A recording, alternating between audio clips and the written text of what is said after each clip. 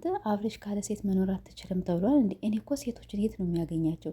ግን በነገራችን ላይ ይቺ ልጅ አዲስ አልሆነችብኝም። እስቲ እናንተ አዲስ ካልሆነችባችሁ ኮሜንት ላይ ያስቀምጡልኝ ማለት ነው። ፊቷ ብዙም አልታየኝም፣ ያው ግማሽ ጎኗን የሚታይ ደግሞ ህፃን ናትኝ። ይቺ ደግሞ ወላሂ ህፃን ናት ማለት ነው። እኔ እኮ ግርም የሚለኝ ግን ሴቶችን የት ነው የሚያገኛቸው? ሴቱን የት ነው የሚያገኘው እንዴ? ብዙ ወንዶች ሴት ለማግኘት በጣም ብዙ ይለፋል። እሱ እኮ በደቂቃ በሴኮንድ እኮ ነው የሚያመጣቸው። ሰላም ወደ የተከበራችሁ እንዴት ናችሁ? እኔ ደህና ነኝ አልሐምዱሊላህ። እንግዲህ ሄርሜላም በዚህ ሳምንት አብርሽ ይቅርታ እየጠየቃት ነበረ። እሷም እንግዲህ እኔ እንጃ ብቻ አሁን እየቆረጠች መሰለኝ ከበፊት አብርሽን ከ3 ቀን በኋላ ከ4 ቀን በኋላ አልፈልግም ምናምን ነገር ትልና ከዛ በኋላ መልሳ የምትታረቅበት ታይም ነበራት።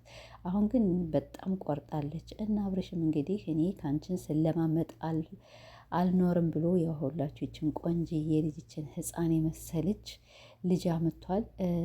እኔ እንጃ ብቻ ልጅቷ አዲስ አልመሰለኝ፣ ግን እኮ አንዳንዴ ግርም ይለኛል ማለት ነው። አንዳንዴ ሳስበው ሄርሜላን እየዞረ ይቅርታ የሚጠይቃት አሁን ብዙ ጊዜ አብርሽ ያጠፋልኝ ከዛ በኋላ ሄርሜላ እምቢ ስትለው በቃ ብዙ ጊዜ ያለቅሳል።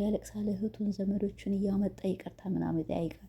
አሁን የግድ ሄርሜላን ይቅርታ ከምትጠይቃት የልጅህን እናት ሩታን እሷ እየለመነችህ እያለቀሰችልህ ልጃችን አብረን እናሳድግ እያለችህ ለምን እሷን ይቅርታ ማትጠይቃት? አቤት ወንዶችን ግን እንዲሁ አትመኑ። አንዲት ሴት ከወለደች በኋላ ለካም የሆነ ነገር ወንዶች ፍቅራቸው ይቀንሳል የሚባል ነገር እኔ ድራማም ሆነ እውንም ሆነ ምናምን ነገር አያገባኝም። የሆነ ነገር በቃ በአብርሽ አየሁት። አሁን ከበፊት ሩታ አልፈልግም ስትለው አብርሽ በጣም ነበር የሚለምናት እየተንበረከከ እንዲያያለ።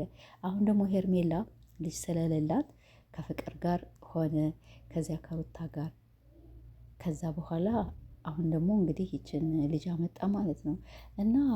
እና ስለዚህ ምንድነው የነበረ ወንድ ልጅ ብዙ ጊዜ ከወለድንላቸው በኋላ በቃ የሆነ መጥፎ ነገር ያሳያሉ ልክ እንደ አብርሽ።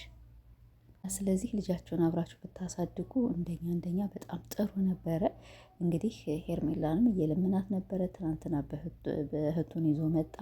እስቲ ደግሞ አንቺን ስለምትወድሽ ስለምታከብርሽ እስቲ ባንቺ ይሁን ብለው ነበረ። እሷም እንግዲህ ሄርሜላም አልፈልግም፣ ይሄ ህይወቴ ነው፣ እወድሻለሁ፣ አከብርሻለሁ፣ እንደ ታላቅ እህቴ ነው ማይሽ፣ ግን ቢሆንም ደግሞ የኔን ኑሮ አንቺ አትኖሪልኝም።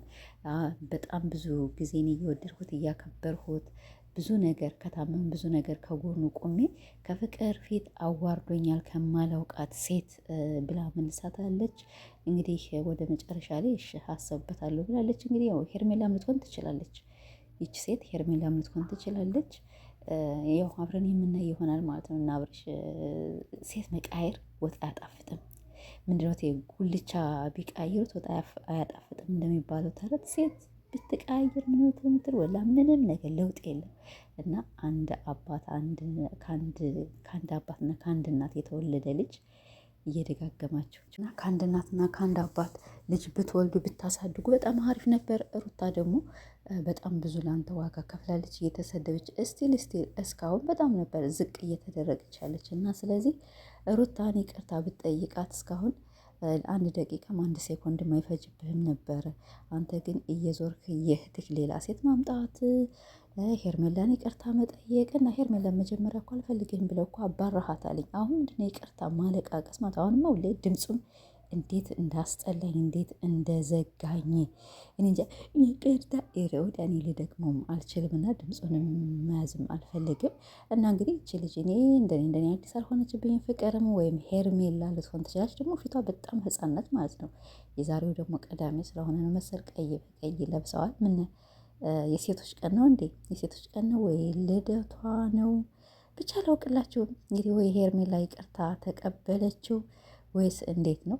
እስቲ ሁላችሁም እንግዲህ ያው መገመት ትችላላችሁ። እኔ እንግዲህ ይህን ነገር የት ነው ያመጣሽው ካላችሁኝ ቲክቶክ በጣም እየተዘዋወረ ነው፣ ፌስቡክም እየተዘዋወረ ነው፣ ኢንስታግራም እየተዘዋወረ ይገኛልና ከዛ ነው ያመጣሁት ማለት ነው። እንግዲህ ዛሬ ይምጡ ነገ ይምጡ የማውቀው ነገር የለኝም። ፌክ ነው እንዳልል ደግሞ ፌክ አይደለም ትክክለኛ ነው ማለት ነው።